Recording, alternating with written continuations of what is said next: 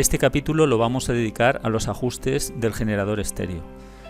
Estos ajustes no se deben realizar de forma habitual, ya que los generadores estéreo normalmente, una vez ajustados, ya no hay que tocarlos, a no ser que tengan una avería.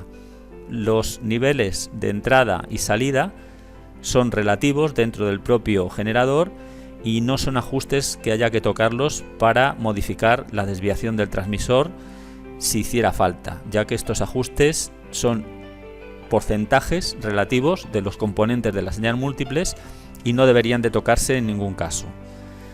Debido a esto, estos niveles que vamos a retocar serían por primera vez cuando se instala el generador estéreo en el centro emisor, y lo vamos a adaptar dependiendo de los niveles de referencia del radiodifusor.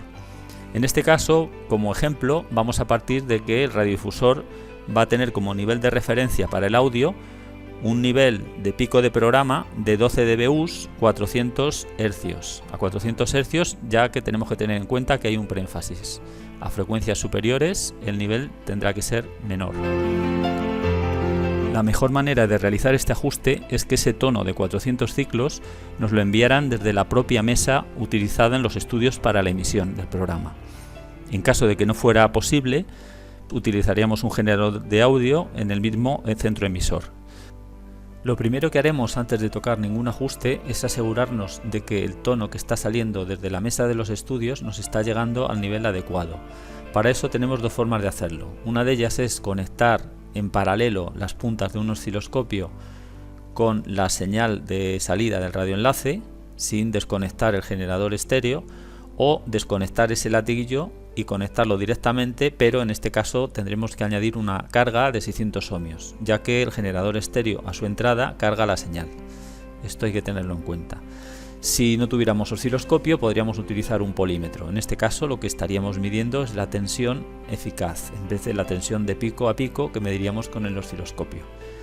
Como vimos en el capítulo anterior, este nivel sería de 3,08 voltios eficaces. En caso de que tuviéramos osciloscopio, pues podríamos observar la forma de onda, medir el periodo, de manera que nos aseguraríamos que son 400 ciclos, ya que veríamos que el ciclo tarda 2,5 milisegundos en pasar, desde el 0 a otra vez 0, o sea, un ciclo entero son 2,5 milisegundos. Y estos son los detalles vistos en el propio osciloscopio. El semiciclo positivo 4,35 y el negativo otros 4,35. En esta lámina tenemos un resumen de los ajustes que vamos a realizar en el generador estéreo. El radiodifusor en este caso tiene como referencia de pico de programa en audio más 12 dBm a 400 ciclos. Como hemos visto antes, medido con un voltímetro veríamos 3,08 voltios, ya que es tensión eficaz. Y en el osciloscopio mediríamos 8,7 voltios pico a pico. En este caso es el nivel del audio lo que veríamos pico a pico, no la salida que vemos aquí, que son salida MPX. La salida del generador estéreo la ajustaremos para que tenga un nivel de pico a pico de 3,5 voltios, que son estas gráficas que vemos aquí. En caso de que queramos referenciarlo a dBus, ya que algunos excitadores tienen el ajuste del atenuador de entrada marcado en dBus, no en voltios, pues el equivalente sería 4 dBus. 4 dBus es la referencia en decibelios a una tensión, sin especificar la carga, pero teniendo en cuenta que esta tensión sería como si fueran 600 ohmios. Pero en este caso hay que tener en cuenta que la salida MPX no va a estar a 600 ohmios, por lo tanto nunca podremos poner aquí dBms, ya que estaríamos poniendo un valor erróneo. Son realmente más 4 dBus o 3,5 voltios pico a pico. En cuanto al nivel de desviación del piloto, el radiodifusor debe decidir cuál de las dos formas de hacerlo adopta, porque hay dos maneras de interpretar la norma. Una, que ajustamos el 10% de la señal de energía del piloto con respecto a la salida total de todo del conjunto MPX, o que utilizamos como piloto señal del 10% pero sobre la energía de audio dentro de la señal MPX. En este caso hay una pequeña diferencia, no es muy importante, pero hay que tenerlo en cuenta y hacer todos los ajustes de todos los centros de la misma manera. En el caso de que, bueno, el más habitual es este porque es más cómodo realizar los ajustes, pues sería el 10% de la señal total. Si partimos de que la señal de salida de pico de programa es 3,5 voltios pico a pico, el 10% pues sería 350 milivoltios. En el caso de que fuera el 10% pero sobre la energía de las componentes de audio, pues en este caso tendríamos que dividirlo entre 11 y nos daría un valor de 318 milivoltios pico a pico.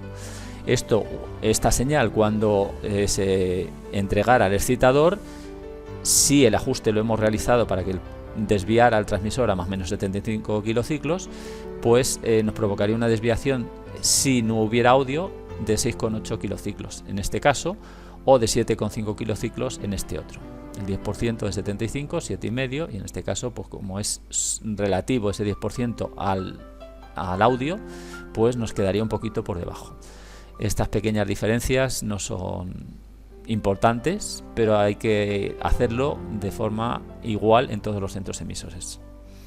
Bueno, lo primero que haríamos es el generador estéreo, le quitaríamos las señales de entrada de audio, sin ninguna señal de audio en ninguno de los dos canales, y ajustaríamos a que en la salida MPX, puesto el osciloscopio, sin cargar de ninguna manera el equipo, o sea, simplemente la salida del conector puesta al osciloscopio, midiéramos en el caso primero 350 milivoltios y si fuera este otro caso 318 milivoltios.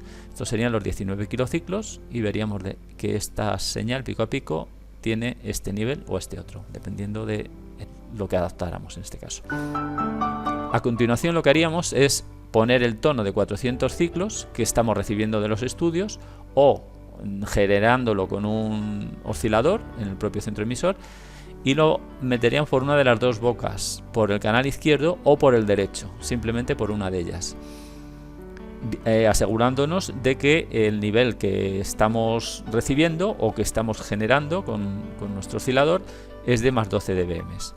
Y lo que haríamos es ajustar el atenuador de entrada del canal en el que estamos metiendo este tono. Si es el izquierdo, ajustaremos el atenuador de entrada del canal izquierdo, y si es el derecho, pues ajustaremos el derecho, para que nos diera un nivel de pico a pico de 3,5 voltios.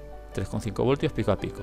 Y veríamos esta forma de onda. Deberíamos de ver esta forma de onda. A continuación lo que haríamos es quitar, si hemos empezado por el canal izquierdo, el conector del canal izquierdo y lo pondríamos en el derecho, y ajustaríamos el otro atenuador de entrada para ver exactamente el mismo nivel. De esta forma habríamos equilibrado las dos entradas a un nivel idéntico.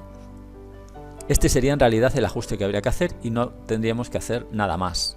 En caso de que quisiéramos comprobar el generador estéreo que está funcionando correctamente, que los cables los tenemos bien hechos, no están en contrafase, pues haríamos lo siguiente.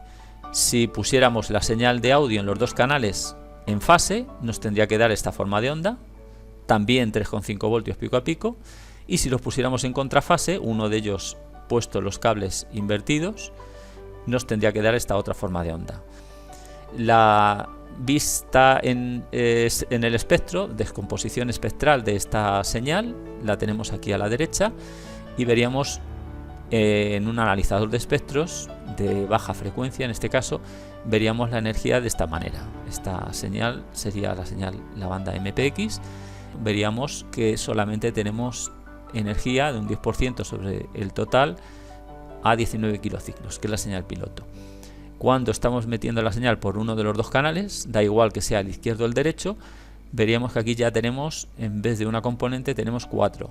Una a 400 ciclos, que sería la que pertenece al canal L+R, la señal mono, la que reciben los receptores monofónicos, al 50%, ya que solamente hay un audio, y veremos también dos señales desviadas del 38, una por debajo a 400 ciclos y otra por encima a 400 ciclos, y en este caso al 50% del nivel de tensión sobre la referencia que estamos viendo en el audio, es decir, a 6 dB. Si estamos viendo con un analizador de espectros, estará normalmente rotulado en decibelios, estará a 6 decibelios por debajo estas dos señales.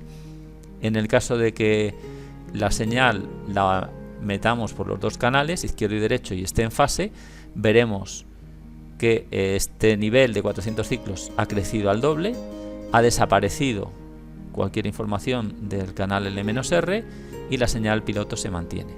Y en caso de que esta señal estuviera en contrafase, el pico de programa de 12 dBm pero en contrafase, un canal con respecto al otro, desaparecería la señal, la energía del canal en mono, y subiría al doble la señal, los dos tonos que hay por encima y por debajo de 38 kilociclos del canal L-R. Bueno, otro ajuste que podemos comprobar es el saber si la fase del piloto está bien ajustada. En algunos generadores de estéreo tienen ajuste, últimamente los de última generación ya no lo llevan porque son todo digitales, son hechos con DSPs y normalmente no llevan estos ajustes, pero si lo tuviera pues podíamos retocarlo si fuera necesario.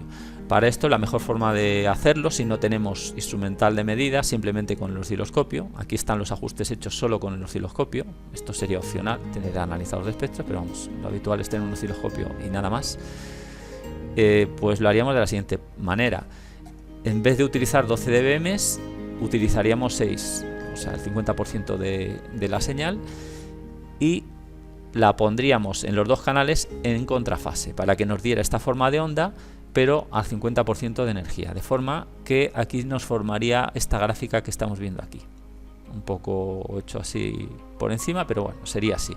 Si hiciéramos un zoom sobre esta zona veríamos más o menos esta información, es las bandas laterales del 38 kilociclos solapadas con los 19 del piloto. En este caso veríamos si la fase del piloto está bien, que estos dos paquetes están centrados, o hay un desnivel, uno está más alto que el otro.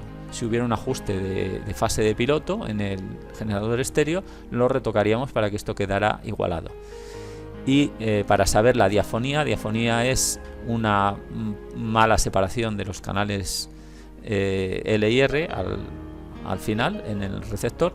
Bueno, pues se produciría en el cruce de estas dos señales un desajuste, o sea, uno de los dos picos estaría más bajo que el otro, de manera que esto nos indicaría que hay una diafonía. Y lo que haríamos es retocar el ajuste de diafonía, si lo tuviera, el generador estéreo, para que estos dos picos quedaran igualados. En caso de que no tuviera ajustes el generador estéreo, simplemente nos valdría para comprobar que está bien ajustado esta gráfica. En esta lámina vamos a repasar el conexionado de audio del centro emisor, ya que es bastante importante y es una fuente de problemas cuando se manipula en el cableado, en los paneles de los radioenlaces, y suele provocar bastantes incidentes y a veces pasan desapercibidos. Como hemos visto, en los centros emisores la señal de audio se distribuye por cable de audio de tipo balanceado, que son 2 hilos y malla, de impedancia 600 ohmios, ya que el generador de estéreo carga con 600 ohmios. Es una señal de baja impedancia balanceada. El audio viaja por los 2 hilos, en uno de ellos va la señal activa, podemos llamarla, y la marcamos con un más, y por el otro es la señal en contrafase o invertida o menos. Esto tenemos que tenerlo como referencia para poner siempre los latiguillos de la misma manera. Si ponemos el cable de un color en una punta, por ejemplo es el rojo, lo ponemos en el pin 2, al otro extremo tendría que ir al pin 2. Si lo hiciéramos al revés, estaríamos haciendo un cableado en contrafase y nos originaría problemas que ahora vamos a ver. Por norma, los conectores de tipo macho son salidas de audio y los de tipo hembra son entradas. El conector de salida de audio, por ejemplo, de un receptor de satélite o un radioenlace o un panel de distribución, sería un XLR macho, ya sea de panel o sea aéreo. Y el conector de entrada de audio de un generador de estéreo, pues normalmente sería un XLR hembra.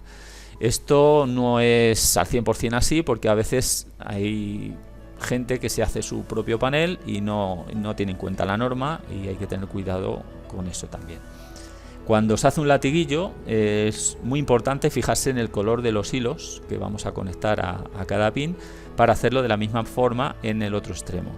Y hay que tener cuidado sobre todo en mangueras largas, que cuando están ya tiradas en el centro emisor, porque a veces hay empalmes y los colores de inicio no son los que aparecen al final. A lo mejor estamos utilizando un cable que tenemos el rojo en el pin 2 y el negro en el pin 3, y al otro lado nos aparece un rojo blanco, por ejemplo, y alguien ha decidido que el blanco vaya al pin 2 y el rojo al pin 3. En este caso, pues hay que asegurarse de que el pin 3 de un extremo vaya al 3 del otro y el 2 al 2. En caso de que se invirtiera la señal en contrafase, pues vamos a ver los efectos que se producen. Lo veremos a continuación. Aquí hemos pintado el esquema de entrada de un generador estéreo. Podía ser el esquema del paso de entrada de un generador estéreo. En este caso es un adaptador de señal balanceada desbalanceada, pero bueno, básicamente para verlo es lo mismo. Por ejemplo, si en el conexionado nos fallara el cable de malla, la conexión de malla, al audio no le afectaría prácticamente en nada, podría pasar desapercibido, pero si fuera un centro de alta potencia y con ruido de RF o inducciones, pues nos podría dar problemas, porque se podría meter la señal de RF por el cable del audio, el componente de entrada, el paso de entrada CD rectificador, y se producen señales, ruidos, chasquidos que se podrían oír perfectamente en el aparato de radio. En este caso no es muy grave, porque puede pasar desapercibido y a veces no se nota, ¿no? Pero se podrían originar posibles inducciones y ruidos. En el caso de lo que fallara en el cableado fuera uno de los dos pines de señal, pues lo que tendríamos es una señal de audio en ese canal con una atenuación de 6 decibelios. Quiere decir que bajaría el nivel en ese canal. Esto a veces pasa también desapercibido, porque en el receptor de radio hay un mando que es el balance, con el cual se ajusta la ganancia de las dos etapas, y bueno, pues puede pasar desapercibido, aunque si está el balance centrado, pues se debería de notar. ¿Por qué cae 6 decibelios? Porque la señal de audio realmente, a través de la masa, toma la referencia el operacional de entrada normalmente, o si hay un transformador quedaría al 50%, y tendríamos la señal la mitad, no tendríamos el 100% de la señal del audio. En el caso de lo que hacemos es confundir el cable izquierdo por el derecho, nosotros tenemos a la salida del radioenlace el canal conector L y el R, y por lo que sea, al llegar al generador estéreo, pues equivocamos los conectores y ponemos el izquierdo en el derecho y el derecho en el izquierdo. Esto también puede pasar desapercibido, pero en el caso de los oyentes de música clásica lo notarían de inmediato, ya que las orquestas están posicionadas de una forma que los trompetas se oyen por un canal, por un lado, los violines por otro, y lo detectan rápidamente. Entonces sería, bueno, pues un problema que en música pop o programa pues pasa bastante desapercibido, pero en música clásica se nota.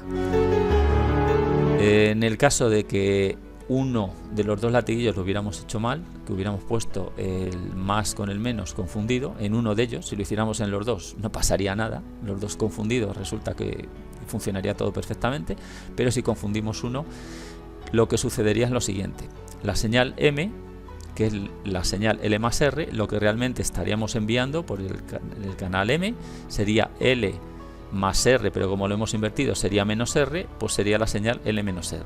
Y en el canal S, que sería la señal L menos R, pero como lo hemos invertido, L menos menos R sería L más R. Por lo tanto, habríamos transmitido la señal M por la banda dedicada al canal S, y el S por el M.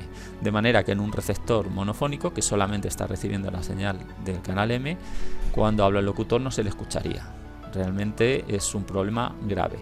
Y sucede que en un receptor de radio, por ejemplo en el coche, como normalmente se recibe la señal en estéreo, pues pasaría desapercibido, porque realmente se oye la radio, se oye un sonido un poquito raro, pero pasa desapercibido porque se oye bien. Entonces, como norma, por seguridad, siempre que se realicen cambios en las conexiones del audio, hay que comprobar que no se reduce el volumen en un receptor de radio forzándolo a la escucha en mono. Nosotros ponemos el receptor forzado a que se escuche la señal en mono y en el caso de que estuviera en contrafase, el nivel de audio bajaría. Y sobre todo, si habla el locutor, prácticamente dejaríamos de escucharlo, ya que el micrófono del locutor normalmente es la transmisión monofónica. Luego, otra cosa que hay que tener en cuenta es que las conexiones largas de la señal MPX, como es asimétrica, la salida del generador estéreo es señal asimétrica y además no es de baja impedancia, pues provocan ruidos por inducción. Por lo tanto, estos latiguillos nunca hay que ponerlos largos, de manera que si nosotros tenemos en el centro emisor la señal de audio en una sala de enlaces que está lejana o está en otro sitio distante del transmisor, lo que no deberíamos hacer nunca es poner el generador estéreo en la sala de enlaces, porque nos obligaría esto a prolongar el cable asimétrico, la salida MPX hacia el transmisor, y hacer un latiguillo largo, y esto es una fuente de problemas. Lo que teníamos que hacer es poner el generador de estéreo muy próximo, lo más próximo posible al excitador, y hacer 2 tiradas de cable de audio desde la sala de enlaces. Es cierto que hay que poner 2 cables en vez de 1, pero es la forma de hacerlo. Esto se origina porque la diferencia de potencial existente entre las 2 tierras, que normalmente están en 2 sitios distantes, pues circula por la pantalla del cable coaxial y se induce en la señal MPX, lo que se llama son bucles de tierra, lo que se genera. Y estas conexiones de audio que normalmente utilizamos, que son balanceadas, se cargan, ya que se cargan con 600 ohmios, no son de impedancia alta como son la señal MPX, y al mismo tiempo su ancho de banda es más pequeño, ya que por ellas solo vamos a meter señales de hasta 15 kilociclos. Sin embargo, en la señal MPX pues son señales de ancho de banda hasta 100 kilociclos para meter posibles señales de subportadoras. Y para terminar, aunque solo sea a título de curiosidad, vamos a ver un poco por encima un nuevo tipo de generador estéreo que se está utilizando, aunque es con carácter experimental, ya que no cumple la norma, pero no hay gran problema de utilizarlo porque su transmisión es totalmente compatible con los receptores de FM. Se trata de un tipo de generador estéreo que lo que hace es suprimir la banda lateral superior del canal L-R, o sea, la banda S, el espectro se reduce a la mitad. Sus características a destacar es que este tipo de transmisión se puede hacer en la banda comercial, ya que es compatible con los actuales receptores de radio. Reducen el espectro de MPX y entre 38 y 53 no transmiten energía. Quiere decir que la banda lateral superior no hay señal. Con esto se aumenta la protección del espectro, sobre todo cuando se está transmitiendo señales de subportadoras, por ejemplo el RDS. La señal interferente posible de la banda lateral superior, como no existe, pues se queda el canal mucho más limpio, con lo cual la calidad del RDS o los posibles errores son menos. También con esto se disminuye la distorsión inducida por trayectos múltiples, y aquí vamos a ver un poco el detalle por qué sucede esto. Los bajos índices de modulación en la portadora de FM lo que hacen es facilitar de forma proporcional la recepción de la señal multitrayecto. Por ejemplo, si transmitimos un tono de 15 kilociclos por un solo canal, por ejemplo el izquierdo, se producen señales múltiples a 15 kilociclos, un pico de señal en el espectro de 15 kilociclos, el 19 kilociclos del piloto, otro tono a 23 kilociclos y otro tono a 53. De esta manera, al aumentar el número de componentes que vamos a transmitir, se reduce de forma proporcional el índice de modulación del transmisor, y esto lo que provoca es un aumento en la sensibilidad al multitrayecto en el receptor. La consecuencia de la recepción multitrayecto es que el receptor recibe la señal con desplazamientos en la fase de las bandas laterales superior e inferior del canal L-R, y durante el proceso de demodulación y decodificación, la separación de los canales L y R en las frecuencias afectadas empeora. Cuando los niveles de las bandas laterales del canal L-R varía, la matriz suma-diferencia del decodificador estéreo produce señales erróneas en ambos canales, tanto en el L como en el R, y al mismo tiempo esto lo que hace es aumentar la distorsión. Como resumen, podríamos destacar que al reducir el ancho de banda ocupado en el canal L-R, se aumenta el índice de modulación de FM en factor de 2, y esto mejora de forma proporcional la distorsión provocada en las zonas afectadas por la recepción de trayectos múltiples, como son zonas de edificios, zonas montañosas, etc. Otra cosa a destacar es que al limitar el ancho de banda total en la transmisión de FM, se reduce la degradación provocada por el ancho de banda limitado de los transmisores, como son las cavidades, los sistemas de multiplexación y las antenas. Por otra parte, esta limitación es imprescindible para que el transmisor no radie señales de radiofrecuencia fuera del canal asignado. También se crea una protección adicional para la transmisión de señales SCA subportadoras, como son el RDS, y también las posibles subportadoras de datos que se pudieran transmitir, o posibles señales de audio en HD en formato digital. La transmisión, como hemos visto, es compatible con los receptores de radio convencionales y también con todos los sistemas de control de modulación existentes. También produce menos contenido de armónicos en el espectro del canal, sobre todo cuando entran en funcionamiento los sistemas de limitación y recorte de los procesadores de audio. Aquí en la gráfica podemos ver que las componentes espectrales son más concentradas. La forma de onda del espectro es más estrecha y hay más concentración de energía con este tipo de generador estéreo. Y luego ya como último, en el caso de que se utilizaran receptores específicos en los cuales no tuviera en cuenta la subbanda L-R, tendrían un filtro de intermedia más estrecho, y con esto se mejoraría la relación señal-ruido en aproximadamente 4 decibelios. Aquí en la gráfica esta podemos ver que la mejora a altas frecuencias, a 15 kilociclos, pues llega a ser de 10 decibelios. 10 decibelios, ya que cuando transmitimos 15 kilociclos, la banda lateral inferior de 15 kilociclos está prácticamente al lado del tono piloto de 19. Bueno, como cabe destacar también en la gráfica, podemos ver que para que esto funcione adecuadamente, la banda lateral inferior tenemos que transmitirla con el mismo nivel que el canal M, del canal L+R, para que la matriz suma-diferencia nos genere perfectamente la señal L y R al hacer la suma y diferencia del canal M con el canal S.